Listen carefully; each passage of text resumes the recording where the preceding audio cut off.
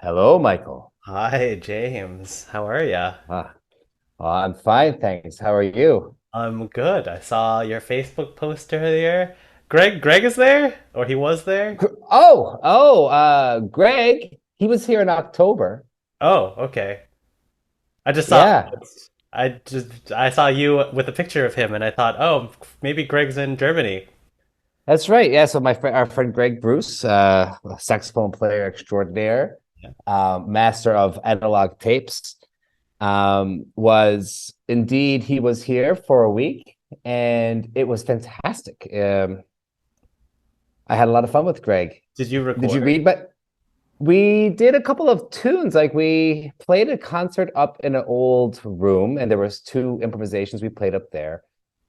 In October, there's a thing here called Wort Klang Bild, which is like word, sound, image, and Yeah. the city turns into kind of like a living museum thing. And so for this evening, we were asked if we could do something for an hour up in the culture center. So I said, well, I have some adult students, and it'd be a great performance opportunity for them because there's this nice Steinway on a stage, and there's really beautiful looking ornate hall.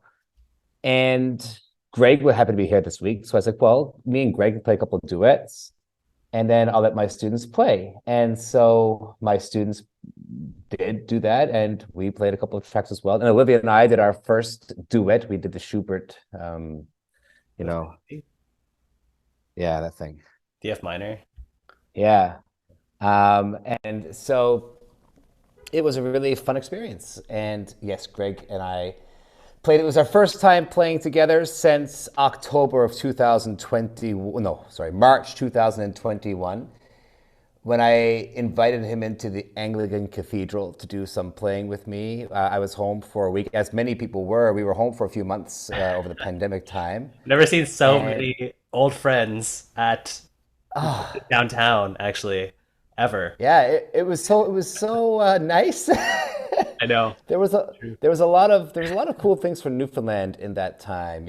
And so my last couple of weeks there, I was into the cathedral, and I was doing some solo takes, and then I had written some more texts to lullabies, and taking advantage of the fact that everybody was kind of home and doing not that much. I had 5 or 6 people come in to the cathedral that day, including Andrew Dale, Dwayne Andrews, Kelly Walsh came in, Kathleen Allen, and Greg, and my friend Michael, another Michael, Michael Bursey, Mike Bursey, not you. Unfortunately, you didn't come.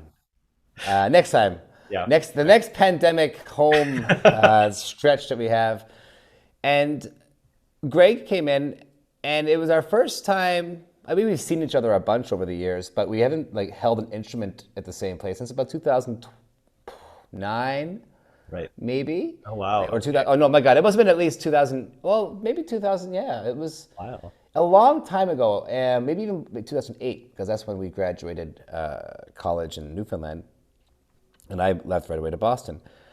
And so we did about 40 minutes of just free improv, and it was kind of fun. It was totally like free improv. And so that session we did basically three takes. We played for 20 minutes and we stopped and we talked for a minute, and then we played for another 15 minutes and we stopped and we played for another 7 minutes. And then he recorded one of my little lullabies and then he left. So it was weird because I'd been playing all this really like quiet like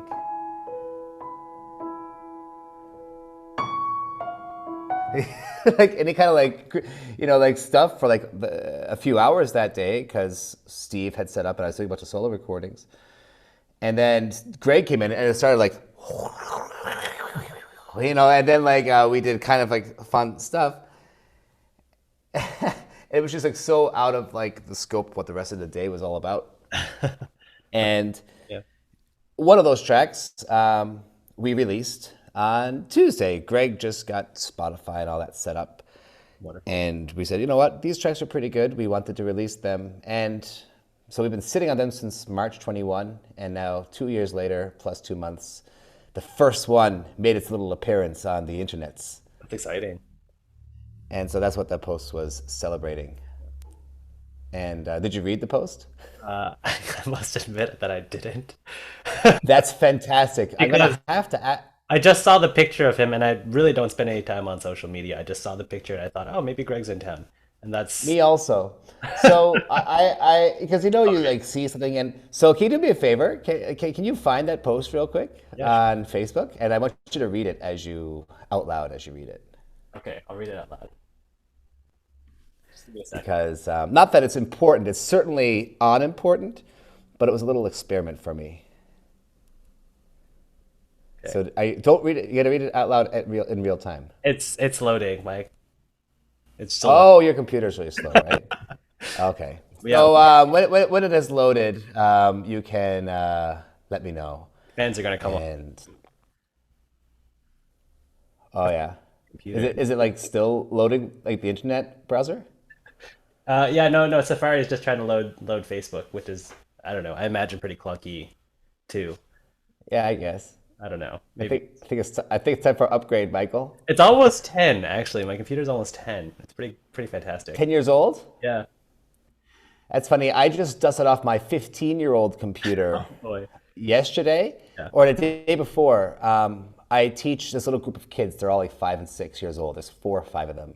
Uh-huh. And I've been saying to them for months, we'll have a party. We'll have a party. One of these weeks, we'll have a party. We'll meet on the weekend. We'll watch a movie. We'll eat a pizza. We'll have a party.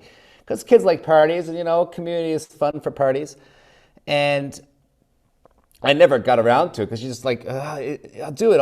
And then like it never happens. And now one of the kids who I've known since he's like 3 months old, he's been coming here, he's moving away.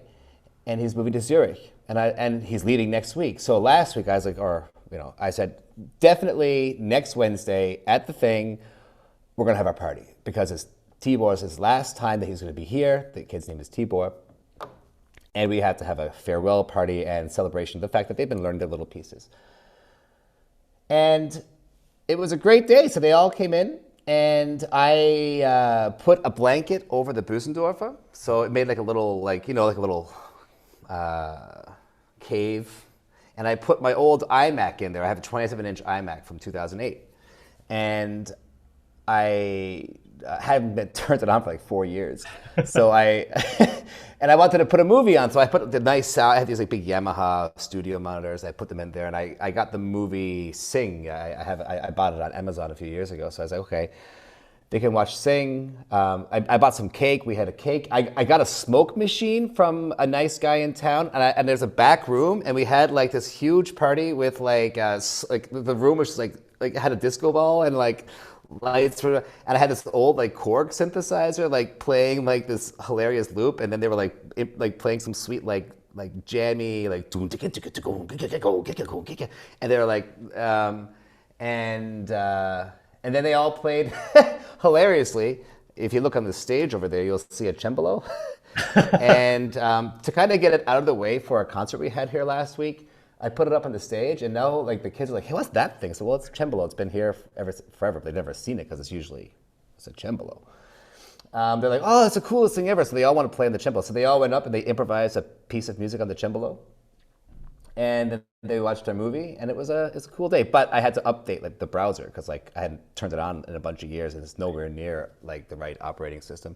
But I got it to work, and they had the movie, and it was a great success. James, you're really raising the bar for teachers everywhere. That's Well, if you're not having a smoke party with your 6-year-old kids, then you're doing it wrong, Michael. I'm doing something wrong, clearly. I have no tempo, no smoke machine. I need to write all this down. Well, I'm giving away all my secrets here on the podcast. Right, it's exclusive. All the important stuff. Okay, I've loaded it. Should I read Okay, it? Okay. read. Okay. I love this guy. I do too, just FYI. He always Yeah. makes me smile and happy, even when we are having a brutal fight, ripping each other's eyeballs out and spitting down each other's throats. I wish I could see the blood spurt from his tangling veins and paint the walls around us as I finish grinding his head to a pulp. Yes, I've learned a lot from Greg. Now I'm releasing some music that you should listen to, Giddy Up. Wow, I can't believe that I didn't even see that. I just saw the picture of you two together. I'm about to react. Which goes to prove how little. Well, this is why it's so hard to reach the masses, Michael. And so, That is unbelievable. I had no, I really I had no idea what to expect there. yeah, well, it was a little personal experiment. And then look how many likes that post has. It's like 100 or something like I don't Really? I thought like it was close. like, well, like 100. That's crazy. I saw the last one I saw was like 52.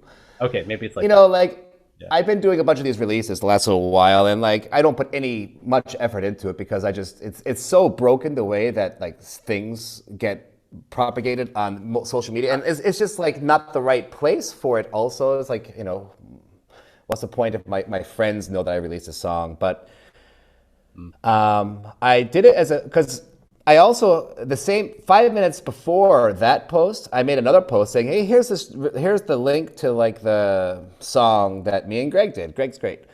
And that has like zero traction. Like nobody clicked on it. Has like maybe one like. Um, So and then you thought to start getting violent. well, I said, I wonder what'll happen if I told a fun little story just nestled right on the.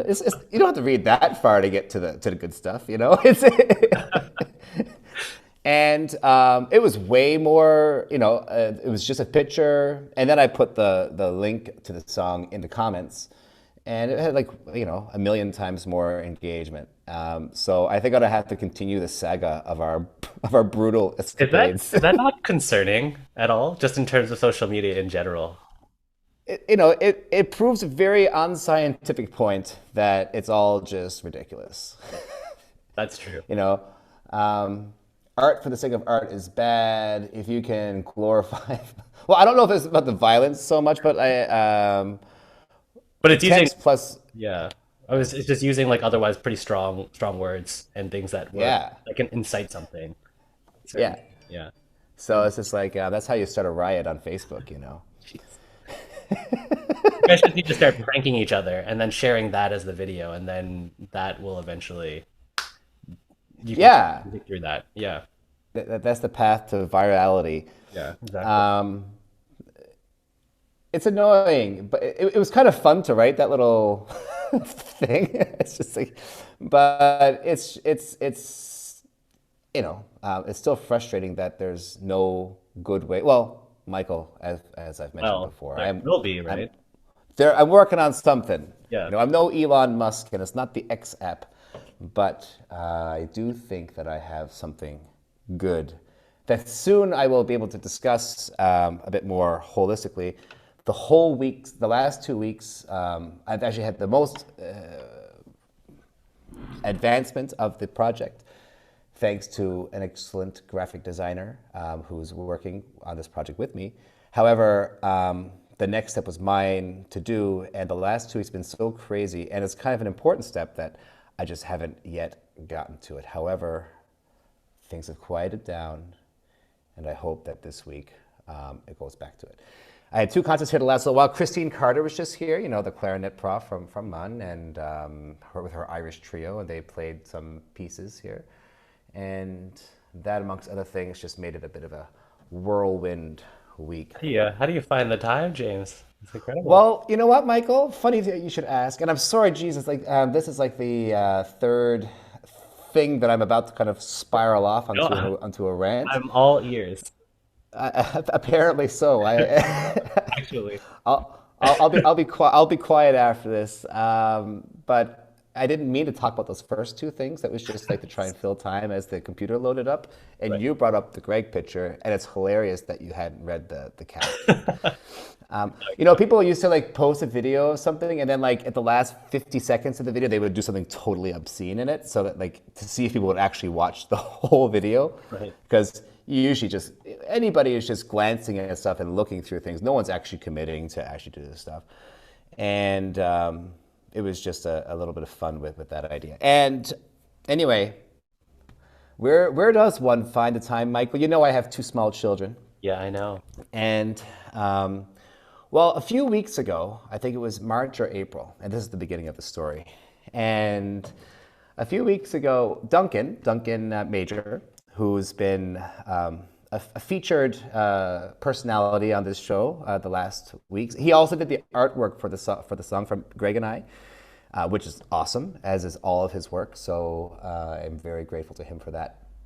It's so cool. Like as a client aside, like little aside, he just listens to the music and improvises art to it. It's just so nice to like have that. I've been talking, it's fun to have little artistic connections with people and just do things for the sake of it being intrinsically good and fun. Like it's a really special thing. Anyway, so a few weeks ago, he was like, I want to write another poem because I've set 3 of his songs now or 4 of his songs. Yeah, is there 4? Yeah, there's 4 songs. So there was 4 songs set. And he had an idea for a poem, kind of, but not really. And I was like, well, how about we do it like this? We'll do kind of some back and forth. You give me a word, and I will improvise 4 little anythings on the piano.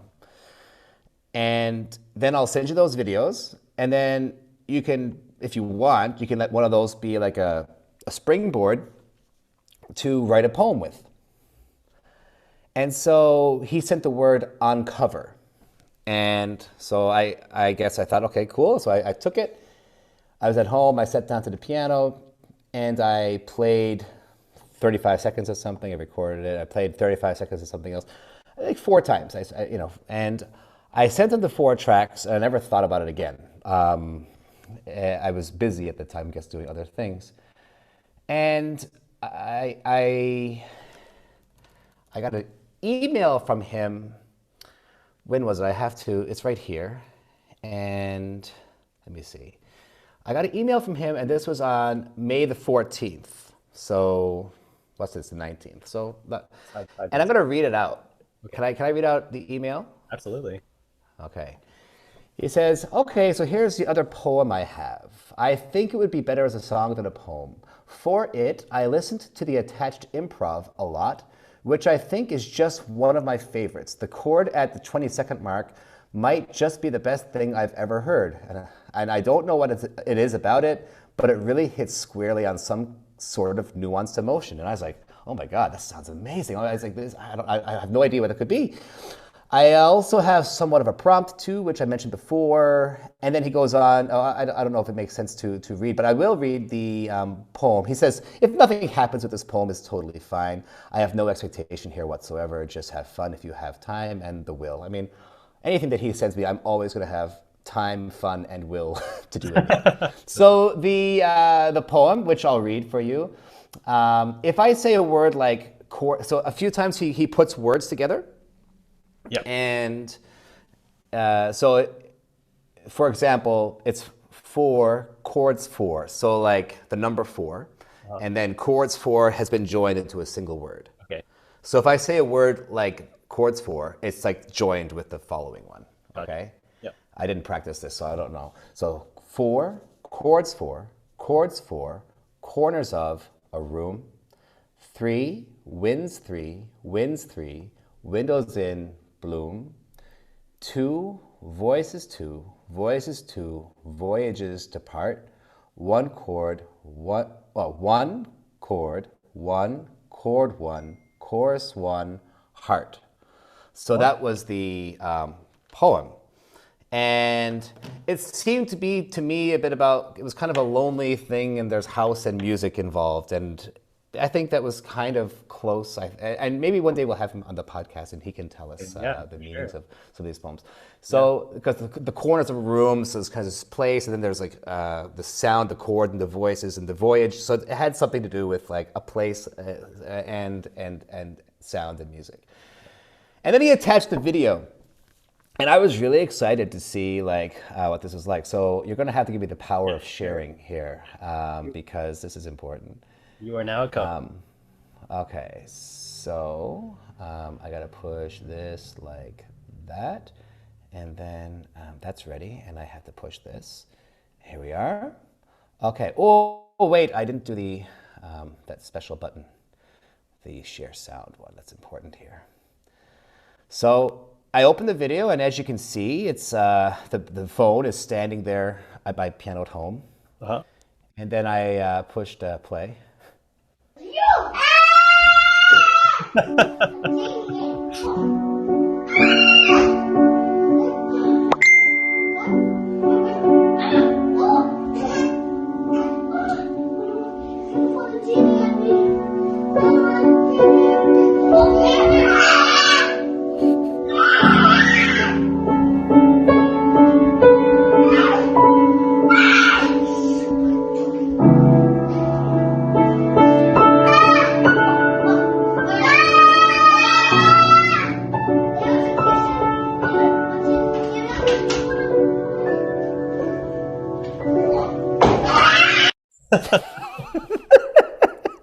That's amazing.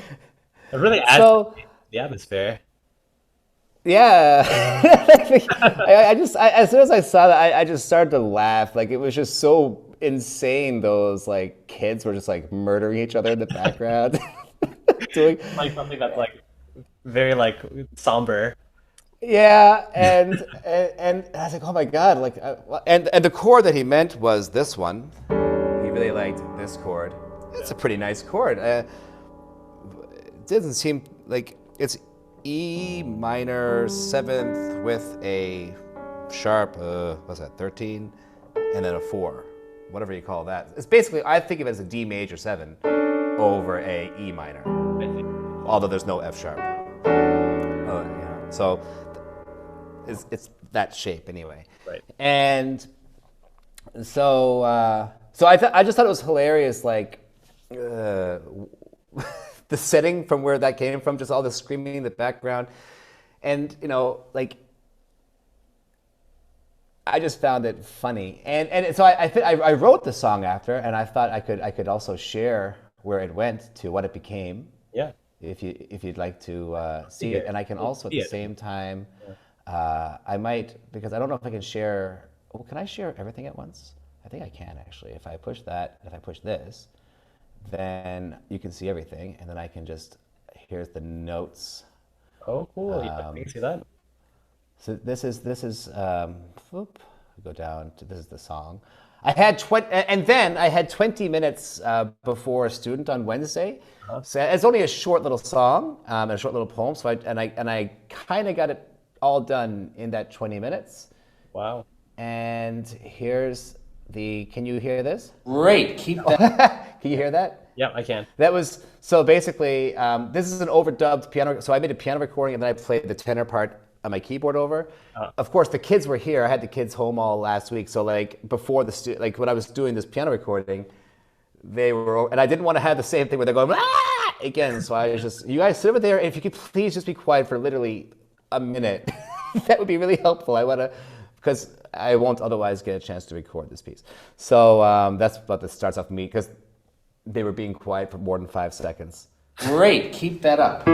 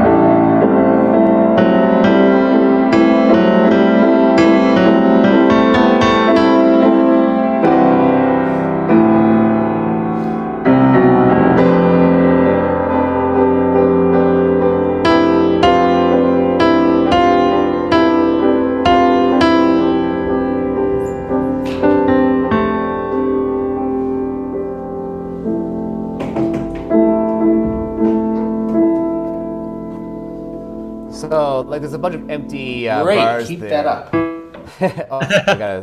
That's on a loop. I gotta turn that off. Anyway, so Wow, that's awesome. yeah, that was the song. So that was a process from beginning to end, and So I don't know. I guess I find the time when the kids are not, or even if they are murdering each In other. That's my cue. I'm gonna go work on something. Yeah. So I'm out of here. Well, actually, I'm still here. But I mean, at least they don't. Whenever Olivia tries to sit down to the piano, they just go and they hang off her arms. Like they won't let her touch the keys. Oh. Like they just like.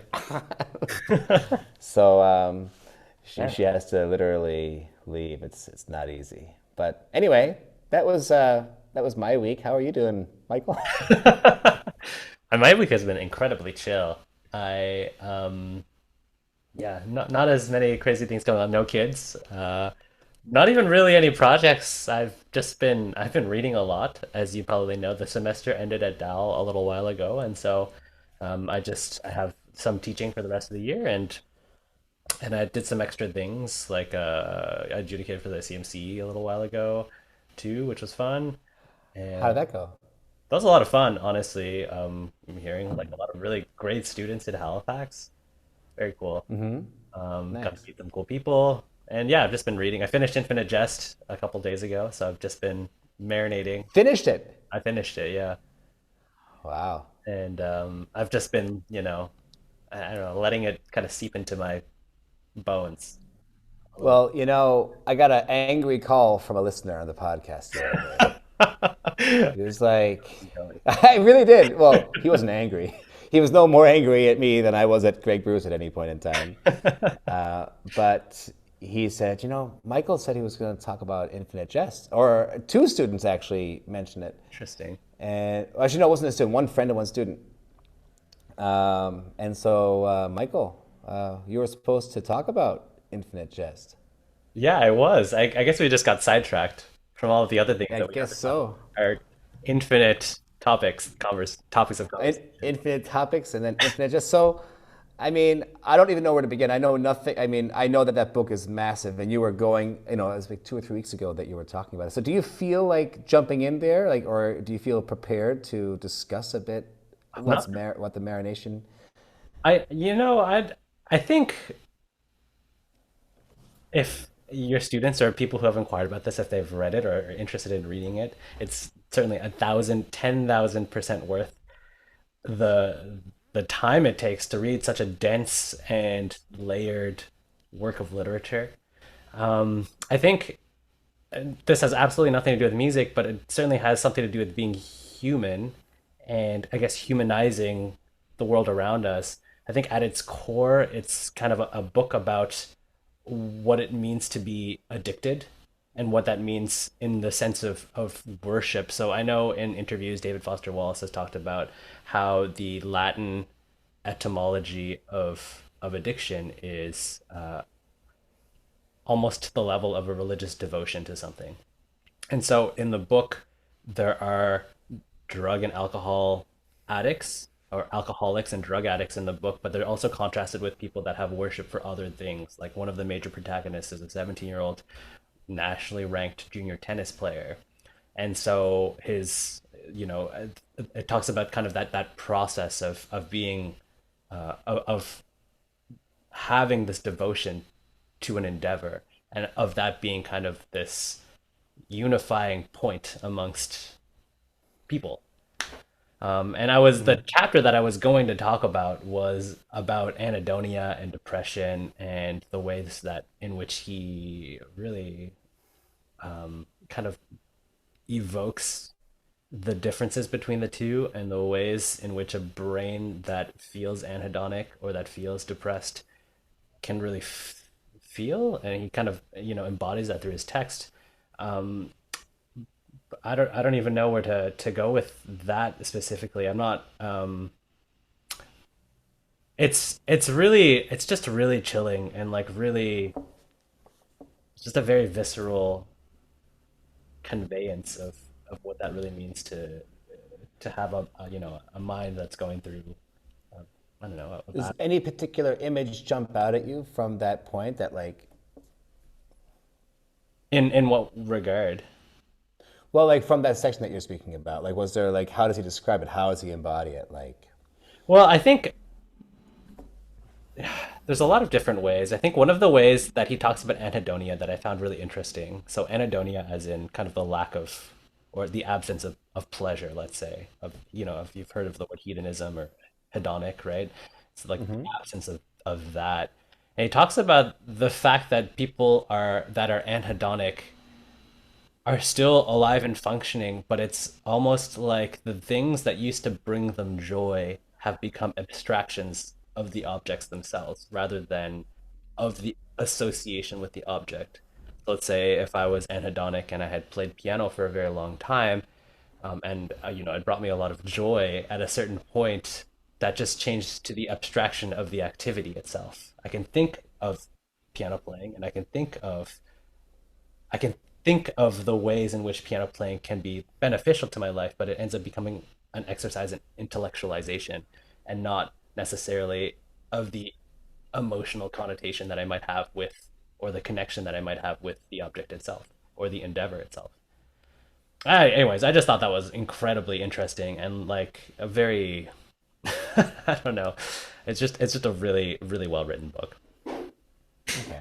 Yeah. Cool. And did you find yourself like in the text yourself as well? Like, could you see elements of that like shining through in your own experience? Absolutely. I mean, I think that that's probably the one that related to me the most. And I know we're both pianists and we talk a lot about music and stuff like that. And I've talked about this maybe in a previous podcast, but doing this very intensely with, very, I'm going to say strict training, it changes the way that you think about I don't know how you feel about it, but it changed the way that I kind of felt and thought about the instrument over time. I started with just loving music, but then when you have to think about and consider all the other realities of being a pianist, such as, just the pressure of being on stage, I guess the demands of making a living, the realities of, just living and functioning within a greater society, I think that those things really kind of pull away at, I think, the core of why I had really wanted to do this in the first place. And Hmm. when I read that text, I thought if I were to think about something in the context of music, that is really um, what the text entails for me in terms of just kind of, I don't know. I feel like I don't know. I don't want to be a big downer on the podcast or anything like that, but I feel like I don't know, after doing this for such a long time, it can sometimes it's easy to take for granted how wonderful it is because you're just so in the thick of it all hours of the day. Yeah. Yeah. You're dealing with it all the time, and and it becomes, yeah, like I don't, it's, I think it's a super strong and important topic, and it's not like a very rosy topic. No.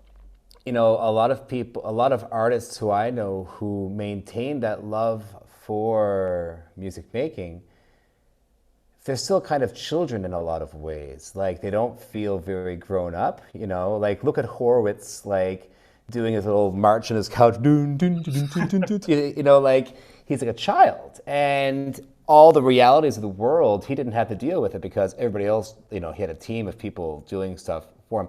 Now I don't know a lot about his life. Maybe I'm just using this one video as an extract, as an idea. But a lot of these people were very playful, very cheerful, and of course they had dark things. 100%. But even like in the circles of people who I actually know who they embody a similar kind of very childlike wonder of life, and not that they have no clue about the real world, but like they're not so bothered by it, and then they get to retain this kind of naive love for the instrument. I feel like they don't get that thing. They can just really get deeper and deeper into the thing. Whereas those who are forced more to deal with like society as a larger thing, like they have a tendency to kind of have more such experiences and feelings. Like in my own experience, like I've never really put myself through the same kind of rigorous structures. So I kind of retain a playful attitude towards music and what it could be. I know but at the same time, like I'm find myself trying to balance that with the stresses of being able to pay for a house and then also like how best and how to best do the thing and to try and make music be a fun part of people's lives, an enriching part of people's lives, and what is important for that, be it making a community or having a party with smoke in the air, or learning Beethoven movements with hand structure.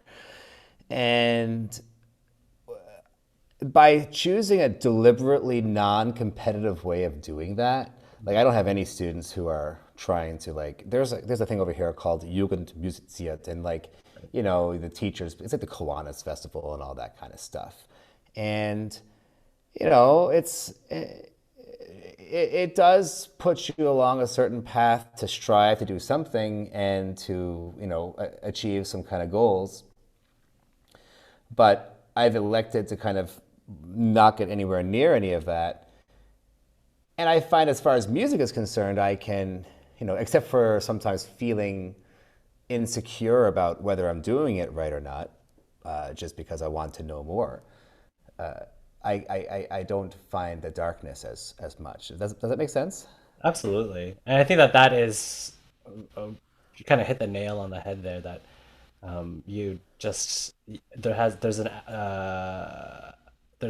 some kind of element of play involved, and that you have to kind of preserve that in order for, you don't want to continue doing it. I feel like I really changed the tone of the episode after talking about smoke machines and But it all pulls parties. back because I mean, But because yeah.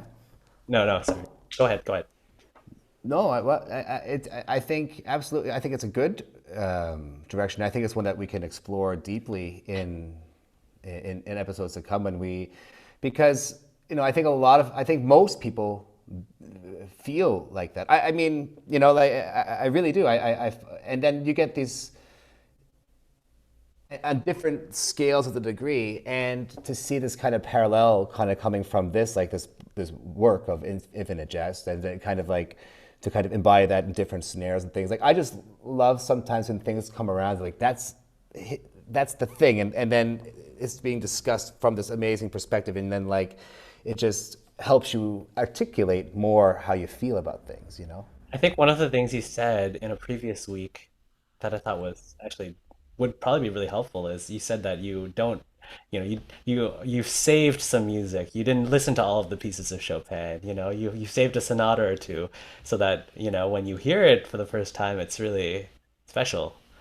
Um, and it's interesting because, I can tell you that I have I've listened to the last three Beethoven sonatas, for example, maybe like over 100 times easily, not just in recording, in public performances and master classes and stuff. And I don't know, it's funny, it normalizes it somehow. It's like they're all incredible pieces of music, but it just like it's totally, you become somehow desensitized to the actual features of it when you've heard it so many times. I don't know how Yeah. these teachers do it either. These high level teachers too.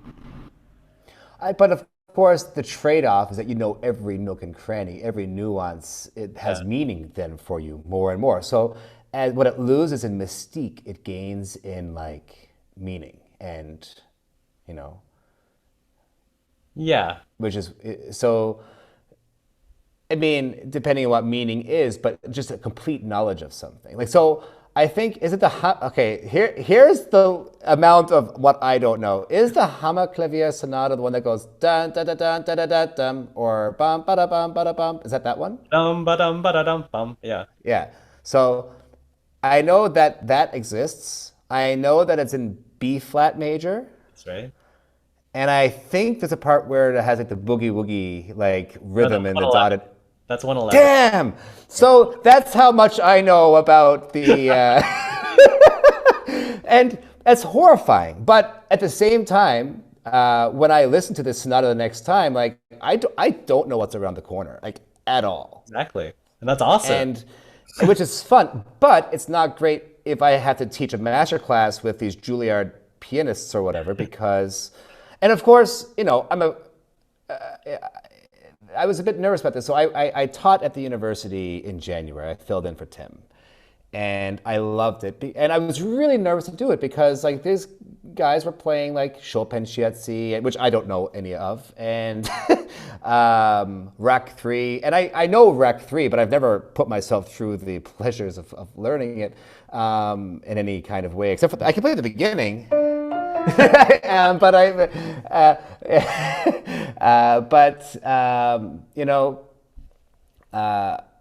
I was terrified of not knowing what I was getting into. But then every situation, I knew what to do somehow, and I knew what to focus on. So I could pivot and do that. I guess that's the improvisational nature of stuff, and also just like I think I have a good understanding of music. It's like, yeah, exactly.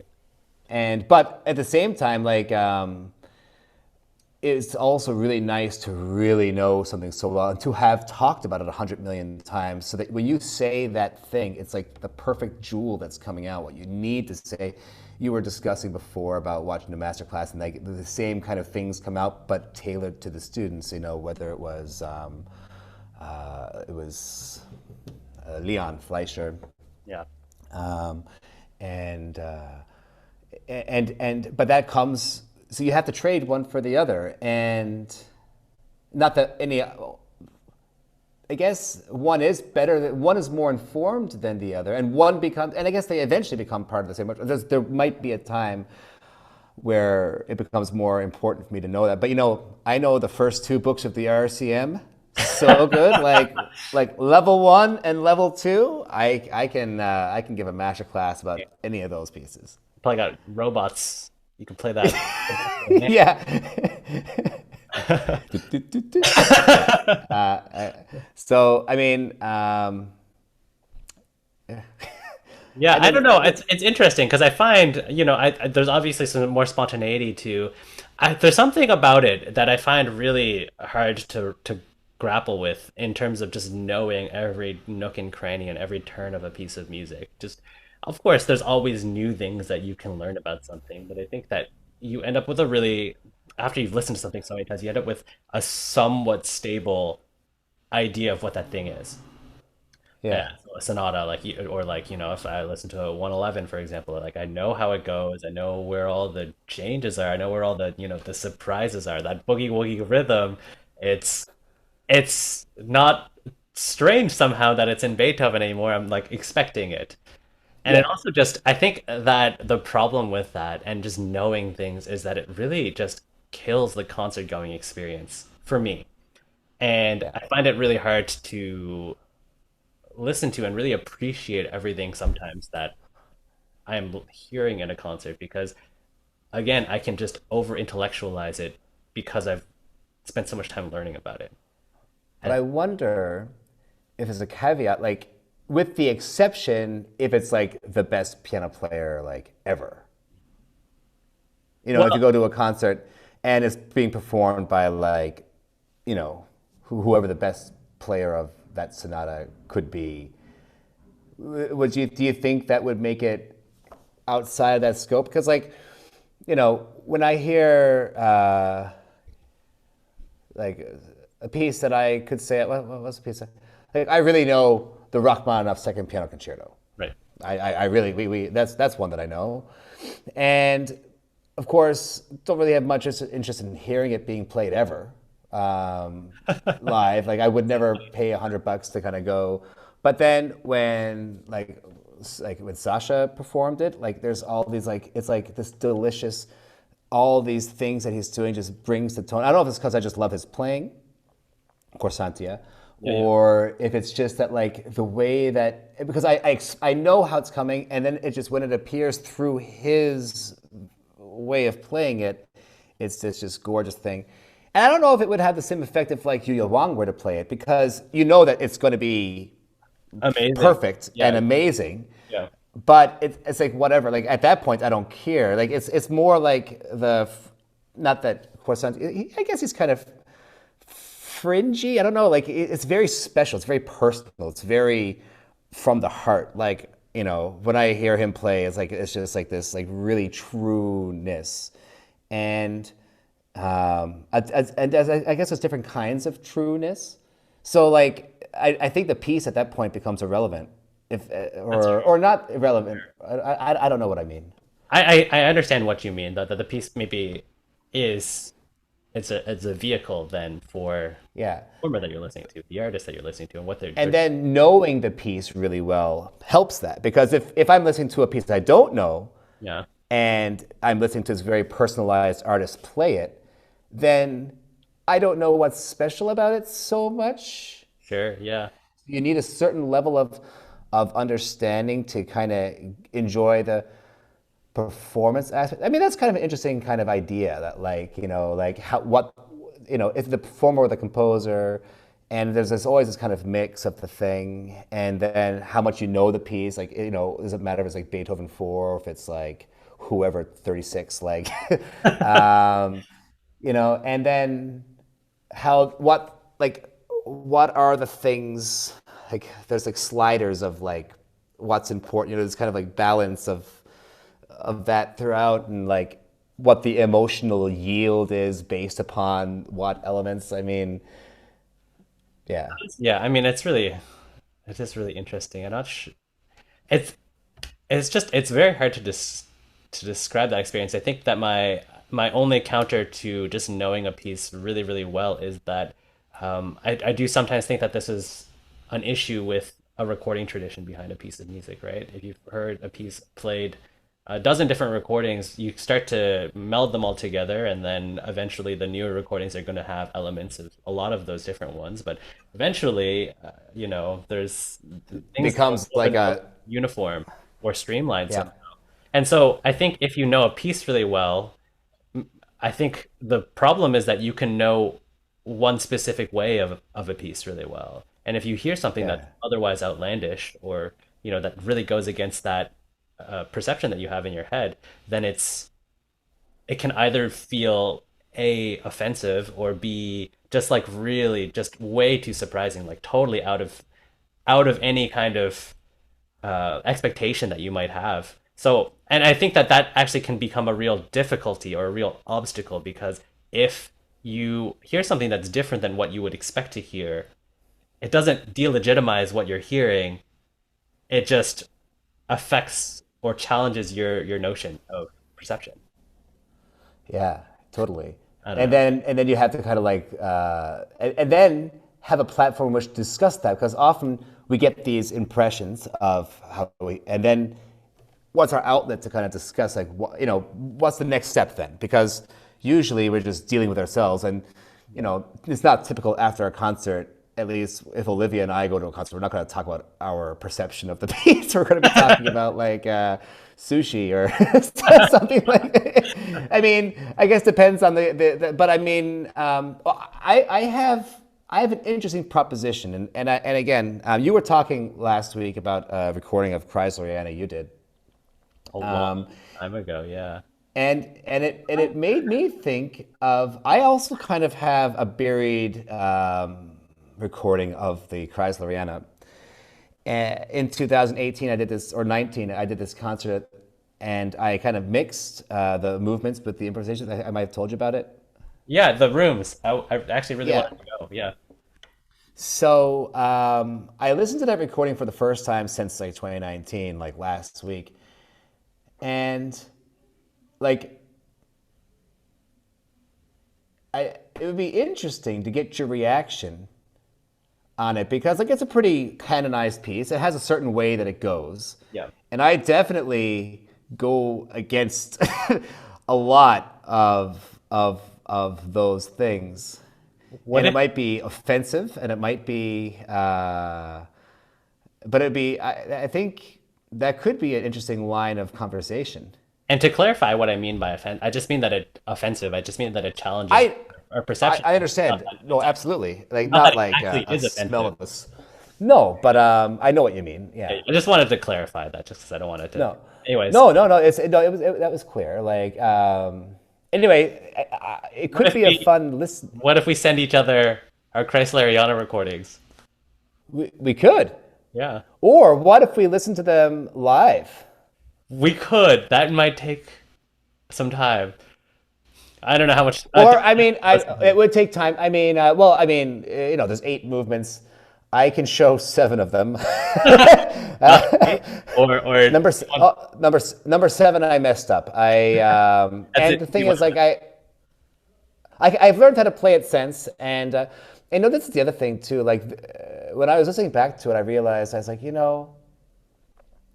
I didn't play through this. The only time I've ever played through this from beginning to end with improvisations was there then at that show. And the idea was I was going to come back and like tour it and like get better at the concept. And I got not a negative comment, but from Pat Cashin. Pat said, he didn't, because I kind of switched styles between this kind of improvisation stuff and then the Chrysleriana. And he said for him, the chronological shifting was too jarring, which of course, and he didn't say it in a bad or mean way, or he was just, that was his feeling for it, which I appreciated. But it immediately made me like want to distance myself from the chorus. This is garbage. I must. I had to remove yourself from yourself in that moment, I think. Pardon me? Hard to remove yourself from yourself in that moment. You're just too close to the work. Yeah, and so like I've come back to it, and like what he says is, I can see it being true, but at the same time, for the effect that I was going for, I kind of I doubled down and said, this is kind of my take on it. Like, this is what I wanted to do with it, and so I became happy with it again. And this will actually be the things I release next. I'm doing 1 track a week on Spotify ish. And so I'm going to start posting the Chrysleriana movements. And what I'm not sure, because basically I did the concert in 2 halves. I played the first 4 movements and then I stopped. And then we had like an intermission because there was a bar there. And then I did the last 4. And all of the improvisations attaka into the movements themselves. So I wasn't sure if I should divide it into, so the first 4 movements, if I should divide it into 8 tracks or if I should keep it to 4, like, and have like each movement be among the improvisation. I think that's what I'm leaning towards now. Before I wanted to kind of clip it and do improvisation and then the piece starting with the note fading for the other one in the background. But I think I might just kind of join them together and kind of see how that goes. But it could be but I mean, that would be kind of a cool listening experience. And like really then we'd have really way different approaches to it. It harkens back to what you were saying earlier about having the videos where you do something completely different in the last 50 seconds. But I think that if you just attach the improvisation to it, then it does create a much different experience than if they were just separate entities. Yeah, because then it brings it really, it needs it together. And so, I mean, we could have like a more, it'd be kind of a fun comparison. I mean, yours is, I'm really excited to hear how you play it. It's been a hot minute. That was many years ago. I think I was in first or second year of my master's. Oh wow, okay, cool. Yeah. And this was like my first solo concert. Like I did a bunch of duo stuff, but my first solo one in like 8 years or 10 years when I did this one. And like I was terrified, like especially of like, that stupid or the that D, Yeah. I know. So it's really hard. Yeah. And like I knew it was coming and I was like, oh, it's coming. But I got through it. I think with moments like that in music, part of the effect is the gesture itself. It doesn't actually matter if you hit the note. Even if you crack it. It does matter. Crack it in with really good timing. It sounds probably better than if you really carefully try to place it. Well, yeah, but if you nail it and hit the gesture, that's definitely preferable. There's a tier here. I think that's still yeah. the note. It's like the the coda in the second movement of the Schumann Fantasy. The Oh yeah, yeah. um, That's just meant to be a mess, I think. you know the Soup you of know the Horowitz's return to Carnegie Hall. It's like in 65 or 57 or something like that.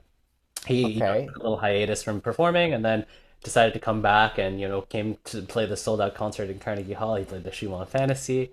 It's an amazing recording of the piece, but I remember seeing an interview where he said, "Oh yeah, the only reason I missed notes was because some sweat got into my eye," and he just he was just like, "Oh yeah, I wouldn't have missed anything otherwise."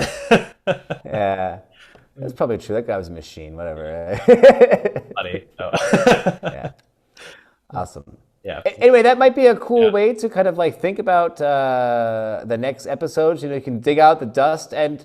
Do you want to hear it fresh on the show, or do you want me to send it to you? I think we can listen to it fresh in the show. Like, if you feel comfortable with that, like, I think it'd be kind of a fun thing. And then we can do like one movement once in a while. So we can, like, we won't do all of them in it sequentially, but like, we'll do the first movement next time, and then maybe the second movement, and then. The seventh.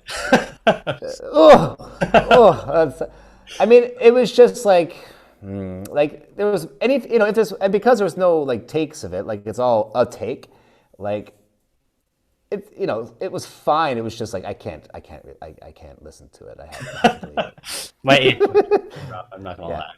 It's just, yeah, that's how that one goes. That's, and then that's what happened.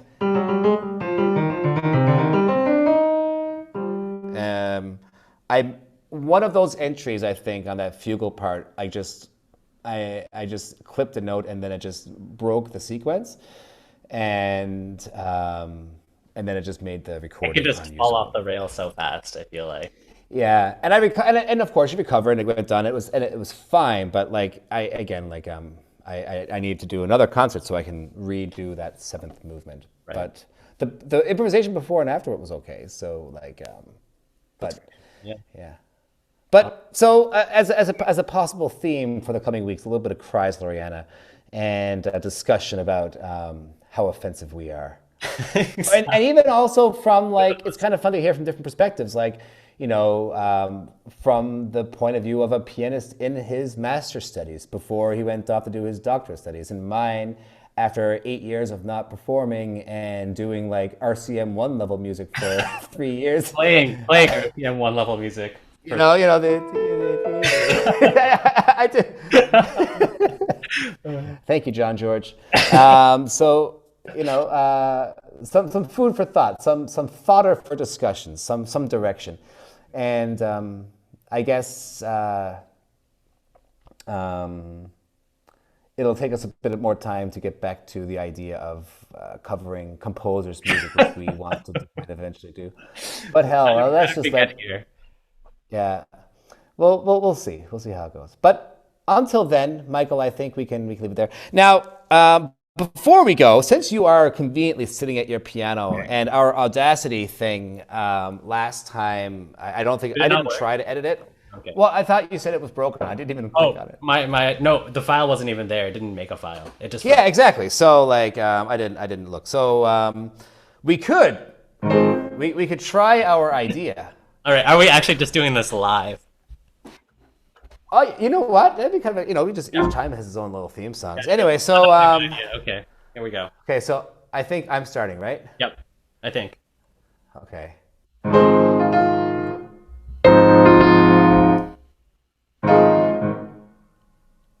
We're doing the ones. Oh yeah, yeah. Oh, okay. Let's do it again. Yeah, because maybe it's ridiculous. Let's just do each harmony we change. Let's see if we could just read the room here. So.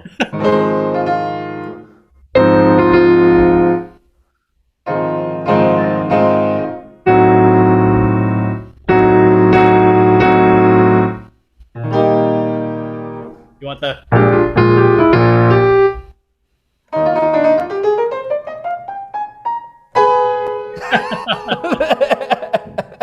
Well, we can see how that goes. So that's our wonderful play out And probably I'm gonna just leave it at that. There's not gonna be an intro. That'll be our outro, but we're still talking. So whoops.